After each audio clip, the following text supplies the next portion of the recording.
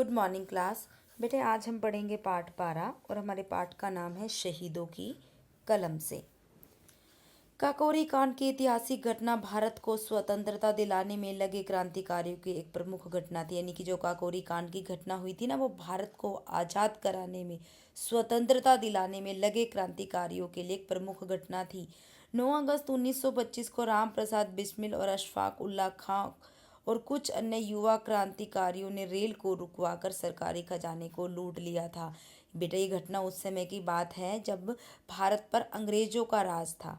ठीक है, तो भारतीयों का खूब शोषण हो रहा था। तो क्या हुआ कि राम प्रसाद बिस्मिल और उनके कुछ अन्य मित्रों यानी कि युवा क्रांतिकारियों ने मिलकर रेल को रुकवाकर सरकारी खजाने को लूट लिया था।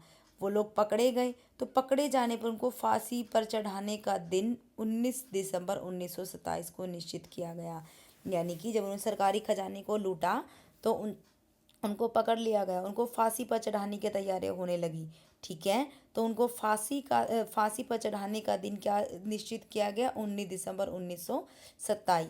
तो फांसी पर चढ़ने से पहले इन क्रांतिकारियों ने अपने मन के भावों को पत्र के माध्यम से व्यक्त किया है। बेटा जो स्वतंत्रता है वो हमें ऐसे ही नहीं मिली है, बल्कि देश को आज़ाद कराने के लिए बहुत से क्रांतिकारियों ने अपने प्राण गंवाए हैं। ठीक है, और इसी तरीके से उनमें राम प्रसाद बिस्मिल और अशफाक उल्ला खां भी ऐसे ही क्रांतिकारी रहे हैं जिन्होंने देश को आज़ाद कराने के लिए वो खुशी खुशी फांसी पर चढ़ गए थे। तो उन्होंने फांसी पर चढ़ने से पहले भारतवासियों के लिए कुछ संदेश लिखा है, तो पत्र के माध्यम से उसको उनको इस पाठ में बताया गया है। मेरे प्यारे देशवासियों, भारत माता को आज़ाद करवाने के लिए रंगमंच पर हम अपनी भूमिका अदा कर चुके हैं। गलत किया या सही, हमने जो भी किया स्वतंत्रता पाने की भावना से प्रेरित होकर किया। हमारे अपने निंदा करे या प्रशंसा, लेकिन दुश्मनों को हमारी हिम्मत और वीरता की प्रशंसा करनी पड़ी।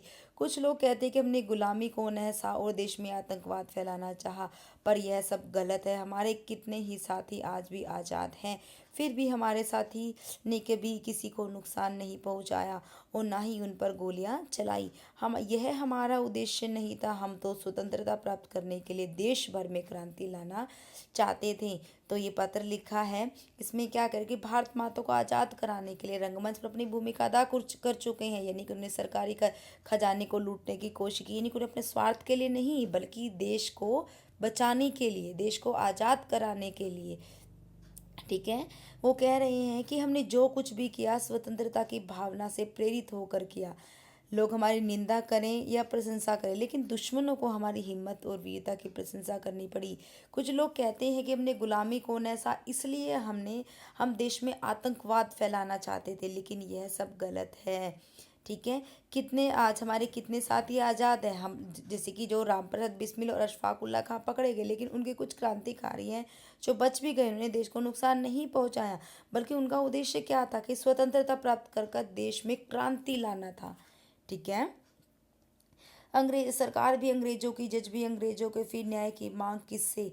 जजों ने हमें निर्दय, निर्भर, मानवता पर कलंक आदि विशेषणों से पुकारा है।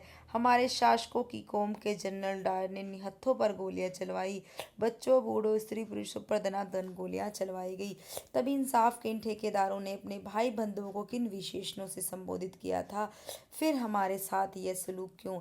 यानी कि पहले क्या था, जब भारत गुलाम था ना अंग्रेजों का, तो क्या था, सरकार भी अंग्रेजों की, जज भी अंग्रेजों के, कानून भी उन्हीं का था ना, तो फैसला एक भारतीयों के हित में कैसे हो सकता था?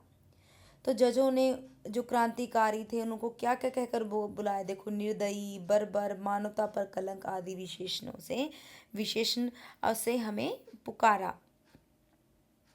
हिंदुस्तानी भाइयों, चाहे आप किसी भी धर्म या संप्रदाय के मानने वाले हो, देश के काम में साथ रहो, आपस में व्यर्थ ना लड़ो। रास्ते चाहे अलग, लेकिन हमारा उद्देश्य तो एक ही है। सभी कार्य एक ही उद्देश्य की पूर्ति के साधन हैं। एक होकर देश की नौकरशाही का मुकाबला करो, अपने देश को आज़ाद कराओ। देश के 7 करोड़ मुसलमानों में मैं पहला मुसलमान हूँ जो देश की आज़ादी के लिए फांसी पर चढ़ रहा हूँ। यह सोचकर मुझे गर्व महसूस होता है। सभी को मेरा सलाम। हिंदुस्तान आज़ाद हो, सब खुश रहें, आपका भाई अशफाक। तो देखो जो अशफाक उल्लाह का उन्होंने क्या लिखा है कि चाहे कोई भी किसी भी धर्म का हो, किसी धर्म को मानने वाला हो, लेकिन देश के काम में सबको एक साथ रहना है। धर्म के नाम पर मत लड़ो, लेकिन वो क्या करके रास्ते चाहे हमारे अलग अलग हो, लेकिन उद्देश्य तो एक ही है ना, कि देश को आज़ाद कराना। ठीक है, एक होकर देश की नौकरशाही का मुकाबला करो, अपने देश को आज़ाद कराओ। देश के 7 करोड़ मुसलमानों में मैं ऐसा मुसलमान हूँ, पहला मुसलमान जो देश की आज़ादी के लिए फांसी पर चढ़ रहा हूँ, और अशफाक उल्लाह का इस बात पर गर्व करते हैं। ठीक है, तो सभी को मेरा सलाम, हिंदुस्तान आज़ाद हो, सब खुश रहें। देखो बेटा, इन युवा क्रांतिकारियों ने क्या किया, हम सबको आज़ादी दिलाने के लिए खुशी खुशी फांसी पर चढ़ गए। ठीक है, तो हम चाहे किसी भी धर्म के हो, लेकिन हमारा उद्देश्य क्या होना चाहिए, देश को आज़ाद कराना, देश को स्वतंत्र कराना, देश में शांति स्थापित करना।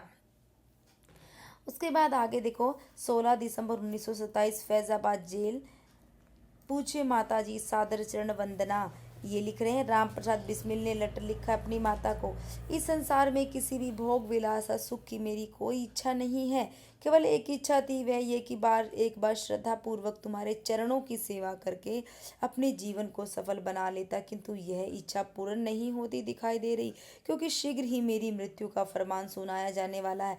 अब देखो राम प्रसाद बिस्मिल क्या ये लिख रहे हैं अपने लेटर में, कि संसार के भोग विलास की, किसी भी सुख सुविधा की मेरी कोई इच्छा ही नहीं है, मेरी कोई इच्छा नहीं है। लेकिन क्या इच्छा बताई इन्होंने अपनी, कि मैं एक बार श्रद्धा पूर्वक तुम्हारे चरणों की सेवा करके अपने जीवन को सफल बना लेता, किंतु यह मेरी इच्छा पूर्ण नहीं होती दिखाई दे रही, क्योंकि शीघ्र ही उसकी मृत्यु का फरमान सुनाया जाने वाला है।